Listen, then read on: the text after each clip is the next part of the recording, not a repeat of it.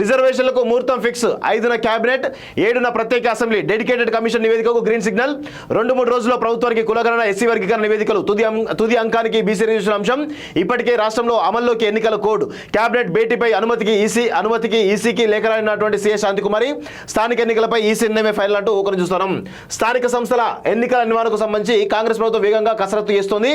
ఎన్నికల నిర్వహణలో కీలకమైన రిజర్వేషన్ల అంశాన్ని తేల్చేందుకు సిద్ధమైంది. సో ఈ ఎన్నికలకు ముందే ఇటు ఎస్సీ వర్గీకరణ బీసీ ఫిబ్రవరి 5న క్యాబినెట్ సమావేశం అసెంబ్లీ సమావేశాలు 7వ తారీఖు జరగబోతున్నాయి.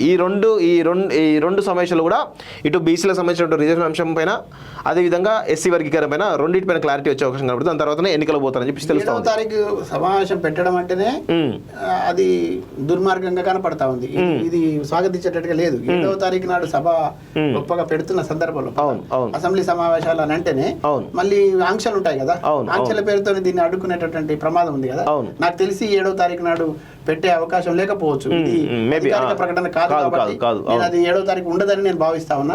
ఒకవేళ 7వ తారీఖు నాడు అసెంబ్లీ సమావేశం పెడుతున్నారు అని అంటే కనుక ప్రజల నుంచి వ్యతిరేకత వస్తుంది. తర్వాత ఇప్పుడు బయలుదేరినటువంటి ఆ ప్రదర్శన ఎటువైపైనా దాడి తీసేటటువంటి ప్రమాదం ఉంటుంది. కాబట్టి అటువంటి నిర్ణయాలు ఉండకూడదని దయచేసి ఈ నిర్ణయం ఒకవేళ 7వ తారీఖు అనుకుంటే దాన్ని ఉపసంహరించుకోవాలని నేను మనస్ఫూర్తిగా విజ్ఞప్తి చేస్తున్నా ఇక్కడ ఉన్నటువంటి మెజారిటీ ప్రజల పక్షాన.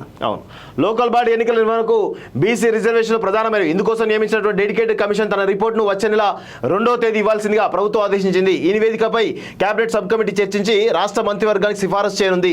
ఆ తర్వాత ఫిబ్రవరి 5న కేబినెట్ భేటీ నిర్వహించాలని ప్రభుత్వం నిర్ణయించింది. ఈ భేటీలో బీసీ డెడికేటెడ్ కమిషన్ నివేదికకు ఆమోదం లభించగానే 7న ప్రత్యేకంగా రాష్ట్ర అసెంబ్లీని సమావేశపరుచున్నారు.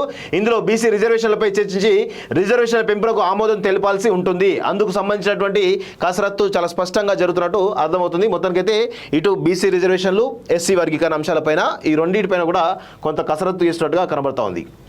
స్థానిక ఎన్నికలన్నీ ఒకేసారి ముందుగా సర్పంచ్ తర్వాత ఎంపీటీసీ జెడ్పీటీసీ 4-5 రోజుల గ్యాప్లో నిర్వహించేటువంటి యోచన అంటూ ఒకరిని చూస్తా ఉన్నాం.